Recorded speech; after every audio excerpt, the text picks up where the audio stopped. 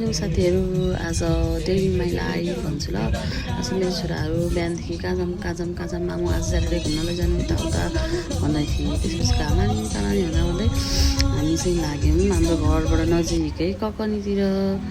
अनि ककनीमा चाहिँ ककनी जाने बाटो चाहिँ पहिला एकदम बिग्रेको थियो क्या। अनि मेरो घरबाट चाहिँ अहिले चाहिँ बाटो पुरै बनाइसकेको छ। अनि मेरो घरबाट 20-25 मिनटमा पुग्ने र ठाउँ पनि रमाइलो ठिकै छ नि त। केटाकेटी फिस हेर्दा पनि खुसी हुन्छन्, घुम्नु नि लिएर जाउँ भनेर लाग्यौँ हामी। अनि यहाँ आएर हामी यसरी फिसिङ गर्दै थियौँ त अहिले फिस मार्नुभयो। त्यसपछि मेरो छोराहरूले पनि ट्राई गर्यो, उनीहरूलाई आएन तिमीहरूको ढङ्ग पुगेन भनेर भन्दै थियो। ल मामु ट्राई गर्नु भनेर मामुले ट्राई गरेको, मामलाई पनि आएन। पछि लास्टमा चाहिँ मेरो छोराले नै बरु 2टा माऱ्यो, मैले सकिनँ। अनि त्यसपछि यता फिस अर्डर गरेर हामी फोटोसोटो खिच्न थाल्यौँ। अनि बच्चाहरूलाई नि हाम्रो अर्डर नआउँदै बच्चाहरूलाई यसो खेलाउने भनेर यहाँ बच्चाहरूको खेल्ने ठाउँ पनि रहेछ। अनि यता बाउ छोरी चाहिँ खेल्दै थिए पिङ, अनि उनीहरूलाई खेल्दै थिए। त्यसपछि हामी आफ्नो अर्डर नआउँदै ल केटाहरू पोज दियो नि त, तिमीहरूको पनि फोटो खिचिदिनु भने त पुरा आफै पोज दिइरहेछन्। यता दाजुभाइ पनि पुरा मस्त खेलिरहेछन्।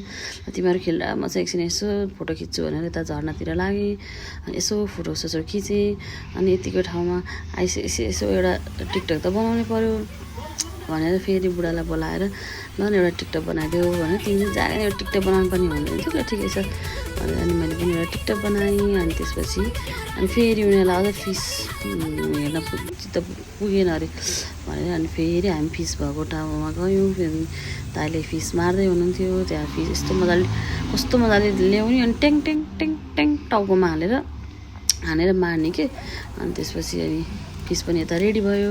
अनि बच्चाहरूलाई पनि मोमोसम्म यताउता खाजा खुवाएर अनि आजको दिन हाम्रो भयो। अनि घर फर्क्यौँ हामी। Thank you.